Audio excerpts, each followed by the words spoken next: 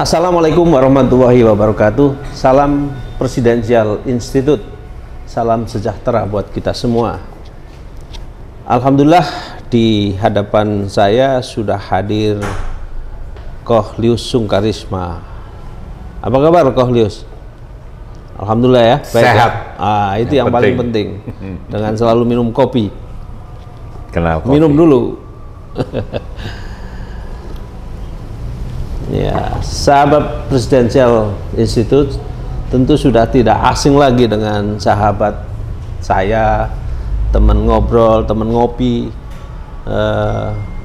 Kita mengenal beliau itu sebagai pengusaha sebenarnya, tapi kepincut jadi aktivis.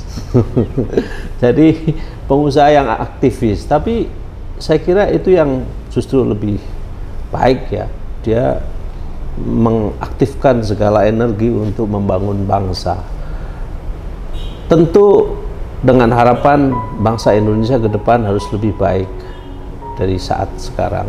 Seperti halnya yang beliau selalu ucapkan di media massa, di medsos dan sebagainya. Beliau selalu bagaimana bangsa kita kok sekarang seperti ini. Tentu karena berbagai hal, terutama masalah kepemimpinan. Nah, tentu kita punya harapan-harapan kepada pemimpin masa depan, Koh-Lius. Menurut Koh-Lius, harapan apa yang kira-kira harus memimpin, sejatinya harus memimpin bangsa Indonesia ini? Saya ngobrol sama Bung Rocky Gerung. Siap. Ngobrol, beliau bilang, Lius, kalau 2024 itu berjalan lancar, maka oligarki akan semakin kuat. Ini yang bikin kita rusak ini karena kan oligarki. Semua dia yang kuasain, semua dia yang nentuin. Kalau berjalan lancar sampai 2024, maka dia tambah kuat. Nah, jalannya supaya lebih cepat, jangan sampai 2024. Nah, tapi saya rasa itu kata Rocky Gerung. Rocky Gerung masuk di akal. Tapi sekarang kita mesti cari jalan. Ya. Kan nggak bagus juga kalau tengah jalan Betul. belum selesai mesti diturunkan. Ya. Nggak sehat. Ya. Untuk itu saya lihat kuncinya satu. Pak Jokowi ini jangan dengar kiri kanan yang dorong-dorong, jilat-jilat, Ya. supaya 3 periode lah, Ya. supaya ditambah lagi jabatan lah, supaya juga pikiran-pikiran seperti apa yang Rocky Gerung khawatirkan itu, kalau semua berjalan normal sampai 2024, makin kuat ini oligarki, makin kuat ini penguasa-penguasa yang merusak republik ini. Itu yang bikin tidak sehat republik Ya, ini kan. ya, bukan presidennya. Bukan presidennya. Pak Jokowi orang baik, Ya. tapi tahan nggak kiri kanannya ini? Hampir banyak orang mengatakan begitu. Iya, makanya kita harus cari jalan. Pak Jokowi tinggal 3 tahun, cukup waktu. Ya. 1, presiden threshold 20% ini. Pak Jokowi sekarang punya kuasa. Kalau beliau bilang partai-partai, saya nggak suka ini. 20%. 20%. Ya. Tidak memberikan kesempatan rakyat untuk menampilkan orang-orang amanah, orang-orang baik. Justru menjadi demokrasi menjadi sangat sehat kan kalau kemudian misalnya 0%. Dan kan? itu bisa dilakukan oleh Jokowi. Atau tes, Pak Jokowi bikin perpu mendesak. Karena kondisi ini kalau harus 20% nggak sehat. Betul. Selama ini kan presiden kan murah kan dalam membuat perpu. Nah, sekarang bagaimana membuat perpu untuk kebaikan bangsa 0%. ini kan itu 0%. Kalau itu bisa jadi, everybody happy. Siap.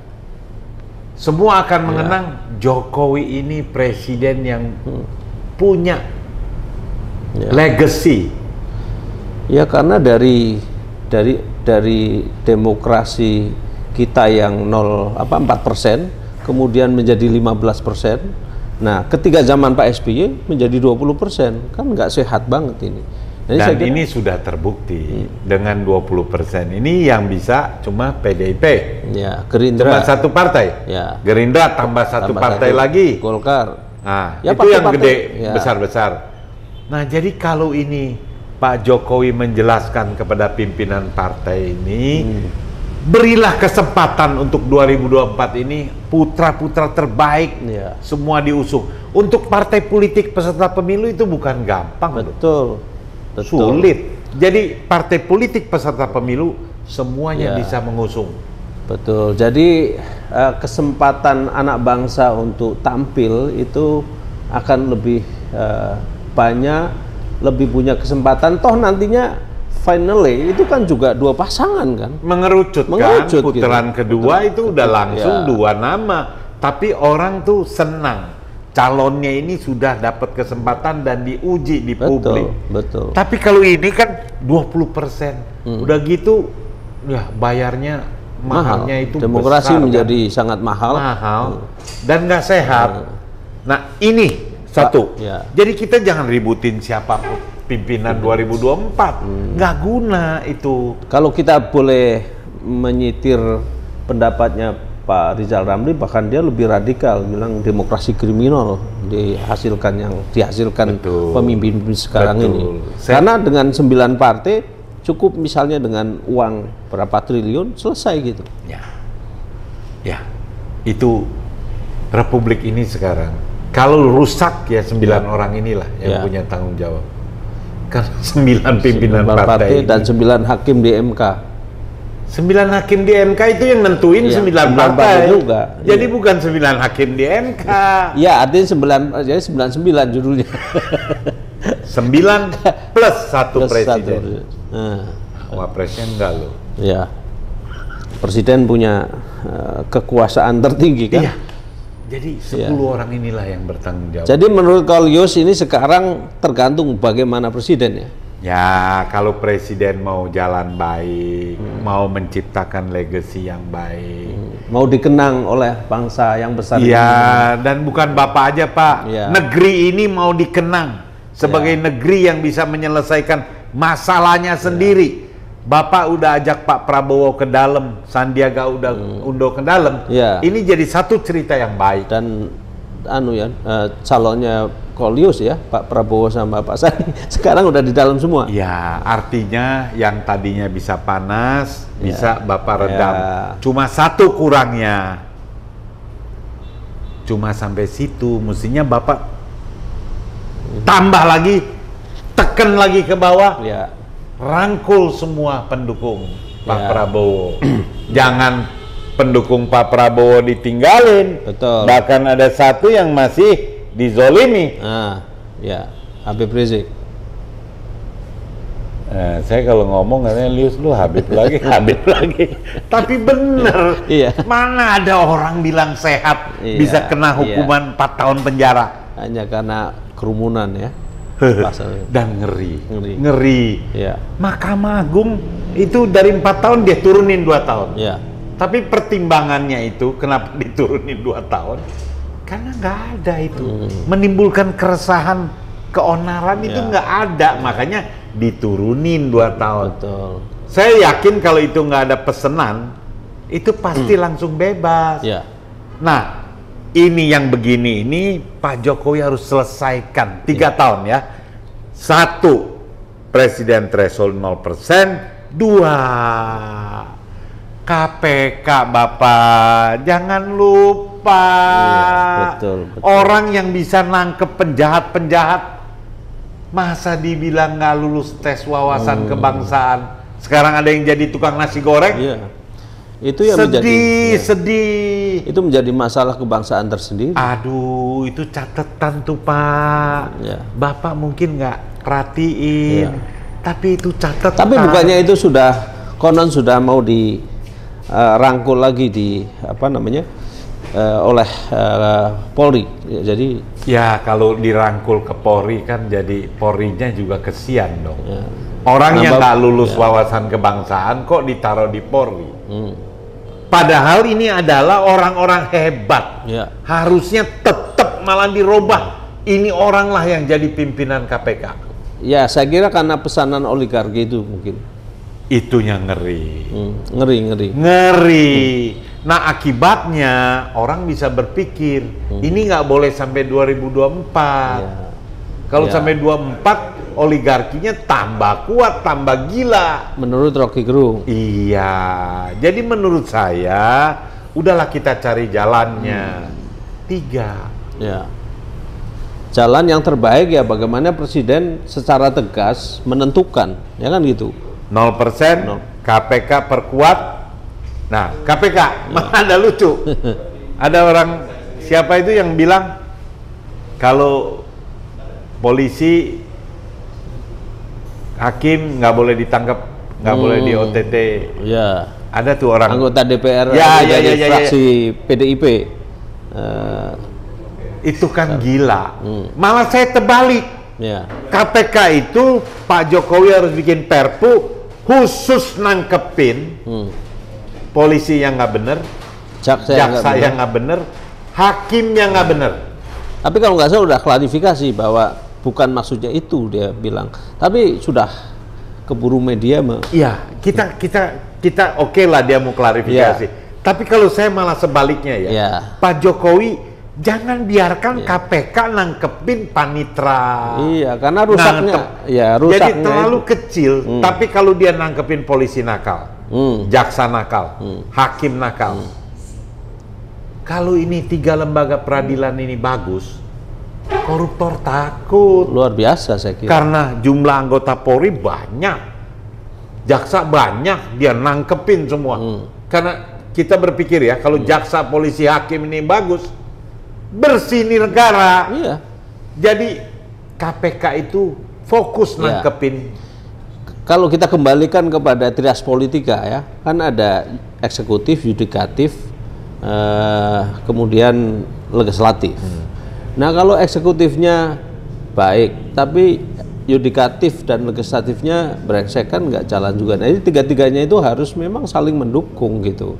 Kalau kemudian anggota DPR-nya konon ya ngomong, Pak tolong polisi, jaksa, hakim gitu jangan ditangkepin gitu kan. Nah kalau mereka korupsi yang memang betul-betul korupsi, masa nggak ditangkap gitu kan? Yang sekarang ini bukan rahasia lagi. Eksekutif, yudikatif, sama legislatif udah kongsi, udah kerjasama untuk kepentingan pribadi. Tugas berat saya kira. Ini yang berat.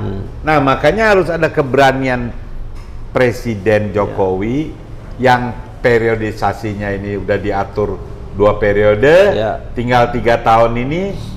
1 soal threshold, 2 soal KPK, pembenahan korupsi, 3 masalah tanah. Itu juga ruwet. Mafia tanah ini bikin mafia ini karena semua main. Kepala BPN akuin mafia tanah ada di dalam. Yang miris ada kemarin cukup viral itu ya, seorang mantan ART bisa mengubah nama tanah majikannya. Itu kan ada kerjasama, ada mafianya, dan Pak Menterinya sudah bilang memang akui di BPN ada. Nah, cuma nggak cukup bikin satgas mafia tanah. Ini harus sangat serius. Kalau perlu dibikin, kumpulin semua orang-orang yang di korban mafia tanah, kumpul semacam seminar nasional untuk seluruh Indonesia, kumpul, diinventarisasi, kemudian diselesaikan. Jadi dengan masalah negara ini kan begitu kompleks ya, luar biasa besar masalahnya. Cuma apakah apa yang tadi Kolio sampaikan dengan beberapa poin tadi cukup bisa menyelesaikan masalah? Misalnya dengan Presiden threshold 0%, KPK, mafia tanah, kan tidak hanya itu masalah bangsa ini. Saya lihat, kalau masalah ini, 3 masalah ini jalan, ya tujuannya yaitu keadilan sosial bagi seluruh rakyat Indonesia. Kuncinya ini 3. Kalau 3 ini nggak dibuka, Sampai mati juga ini keadilan sosial bagi rakyat Indonesia nggak ada. Ya. Yang kaya itu nggak nambah, tapi orang kaya tambah kaya. Oh, kaya. Nah, kenapa bisa begitu? Karena semua diatur oleh oligarki. Yang kaya dia orang yang main. Ini yang kemudian disinyalemen kan sekarang tumbuh paham-paham sosialisme yang memberontak ya, protes sebagai bentuk protes, karena ketika orang terjepit dalam hal-hal masalah ekonomi, kemudian mereka menjanjikan sebuah sistem yang berkeadilan sosial, pasti kan akan digandrungi dan akan diminati kan gitu. Betul. Tapi kalau kita Pancasila ya, dengan menerapkan yang tadi saya katakan, itu sosialisme nggak bergerak. Betul. Hah? Mafia tanah nggak bergerak juga. nggak bergerak. Kalau udah nggak ada mafia tanah, pemerataan kesejahteraan. Tanah itu jangan diberikan kepada satu orang, tapi jutaan hektar. Dibagi, disertakan penduduk-penduduk yang rajin jadi petani itu dibentuk koperasi, diberikan tanah atas nama koperasi supaya dia jadi pemilik. Kalau perusahaan-perusahaan swasta bisa dikasih, kenapa nggak koperasi yang isinya anak-anak negeri, petani, penduduk setempat itu? Kenapa nggak diberikan? Jadi intinya persoalan bangsa ini akan lebih mudah diselesaikan kalau presiden kita itu tegas dan saya kenapa dulu pilih Pak Jokowi itu jatuh hatinya, beliau sederhana, cuma kotak-kotak, bajunya cuma baju putih, sepatunya sepatu yang murah, nggak ada saya lihat glamornya. Ya waktu itu kan Pak seperti Jokowi. itu kan, pakaian dari ujung rambut sampai ujung kaki nggak nyampe 200 ribu waktu itu kan. Itu yang menaruh harapan. Inilah kenapa kita mati-matian dukung jadi gubernur DKI, dukung jadi presiden. Ada rasa kecewa dengan presiden dengan apa kejadian semua yang saya nggak kecewa karena saya lihat proses. Kecuali ini besok dia nggak berubah lagi, dia tetap dia budak. Jadi tapi saya lihat enggak, masih ada beliau ini waktu saya masih lihat masih mau mendengar. Ya. Walaupun kiri kanan teken, dia masih mau jalan. Jadi saya masih taruh harapan Pak Jokowi masih sanggup menata negeri ini. Ya, langkahnya itu yang menurut saya sangat strategis. Presiden threshold kalau 0%. Ada Pak Rizal Ramli, Pak Jokowi pasti kenal. Ya, betul. Beliau berani menjamin Garuda Indonesia nggak usah dibangkrutkan.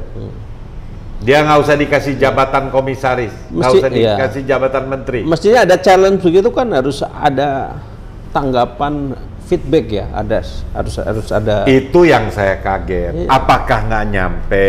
Makanya saya begitu diundang, saya cepet datang. Saya mau sampaikan lagi, mudah-mudahan dari channel ini Presiden Institute. Mudah-mudahan sampai ke Jokowi, karena Pak Jokowi presiden. Amin. Kenapa? Kalau ini sampai dan beliau jalanin, beres. 0%. Rizal Ramli, lu jalan, lu jangan ngomong aja lu ayo rapiin Garuda. Tapi 0% itu saya hakul yakin itu pasti akan mendapat tantangan, hambatan dari partai-partai penguasa yang sekarang ini. Itu saya beda. Yang menghambat ini paling 2-3 partai yang memang dia merasa nyaman. Ya, nyaman. Tapi yang sisanya 6 partai yang sisa dan besok yang bakal ikut itu pasti mendukung 0%. Ya kan? Ya, dan partai-partai kecil kemarin itu kan perolehannya juga cukup signifikan, sampai 13-14% kalau dikumpulkan ya. Masa suara belasan persen ini juga tidak dianggap, kan namanya demokrasi, katanya kita demokrasi terbesar ketiga. Jadi saya optimis ya. Tinggal kita suarakan. Yang nggak setuju ini pimpinan partai, 2-3 partai. Tapi sisanya pasti setuju dong. Ya. Karena kalau 0% kan dia punya kesempatan nyalonin sendiri kan. Ya. Nah, dan rakyat di bawah ini lebih happy. Tapi lepas dari semua itu, Kolius, menurut Kolius ya, kita melihat next pemimpin kita yang akan datang itu seperti apa dambaan atau apa harapan Kolius yang harus memimpin negeri ini gitu, sebesar ini. Saya cuma lihat gini, kesempatan ini harus kita buka seluas-luasnya, dan sekarang kita jangan cepet-cepet dukung orang. Sekarang udah di mana-mana itu. Itu salah. Deklarasi itu adalah mainan oligarki yang pengen dia lagi. Banyak orang bagus di Republik ini nggak kita lihat. Nah, saya lihat cantik itu kalau setiap daerah itu kita tampilkan orang-orang bagusnya, kemudian kita uji. 3 tahun ini waktu yang cukup. Tugas kita, tugas Presidential Institute. Tugasnya ini. Jadi hidupkan semua. Ininya apa, sponsornya ini ya, apa, kopi, Kenal Kopi. Bukan Kenal Kopi aja, seluruh perusahaan di Indonesia harus memberikan support. Karena dengan tampilnya pimpinan yang baik, itu baru kita bisa maju ke depan. Saya kalau ditanya, Lius siapa? Nanti dulu lah, 3 tahun lah. Tapi presiden threshold ini harus kita perjuangkan. Jadi sekarang udah banyak yang genit deklarasi. Aduh, katanya apa? Kalau lama kita nanti nggak ada harganya. Itu salah. Kita dukung orang itu bukan kita dihargain. Kita mau negeri ini bener. Kalau sekarang dukung-dukung orang terus jadinya gitu-gitu lagi modelnya. Aduh, janganlah. Ketemunya lo lagi gitu ya. Ya, jadi maksud saya harus ada cara baru dan semangat baru. Rakyat ini semua harus disadarkan. Perjuangkan threshold 0% itu jadi penting. Bukan buat Riza Ramli, bukan buat Rocky Gerung, tapi buat kita semua. Bangsa kita Indonesia punya kesempatan dan dunia melihat Pilpres yang berkeadilan, yang bermartabat. Itu nanti kita dipuji. Kita selesaikan semua masalah ini. 3 tahun ini bisa selesai dengan cara yang damai, atas kesadaran sendiri. Saya kira itu. Oke, Bang Rocky sebagai apa? Bang Rocky? Bang Rocky. Lu belum wawancara Rocky, gua udah kayak Rocky. Bang Kolius. Kolius. Itu jangan dipotong tuh, biar Rocky tahu. Lius sudah kayak Rocky. Kolius, closing statement apa namanya buat para pemirsa kita semuanya. Para pemirsa, ini Ustadz ini memang lincah. Bikin podcast mencari dan menguji kualitas pemimpin melalui diskusi. Ini penting. Jadi nggak cuma tampangnya jadi kenal, kita jadi pilih. Tapi yang penting adalah isi otaknya. Apa cita-citanya itu harus diuji. Jadi saya minta yang nonton acara ini jangan lupa like, subscribe, and share. Itu penting. Terima kasih. Kenal Kopi juga harus. Ya, itu kopi lokal hebat. Ya Ponggi suruh saya jangan minum kopi asing. Kenal Kopi. Pemirsa dan saudara-saudara penonton Presidential Institute dimanapun berada, pemilu tahun 1955 itu merupakan pemilu yang waktu itu diikuti oleh banyak sekali partai dan hasilnya sangat demokratis. Di situ tidak ada satu tetes pun darah yang mengalir dan kita dipuji oleh seluruh dunia. Itu tahun 1955. Nah, pemilu dari pemilu ke pemilu tentu harusnya memberikan bangsa kita menjadi bangsa yang lebih dewasa, lebih demokratis, lebih maju akan segalanya.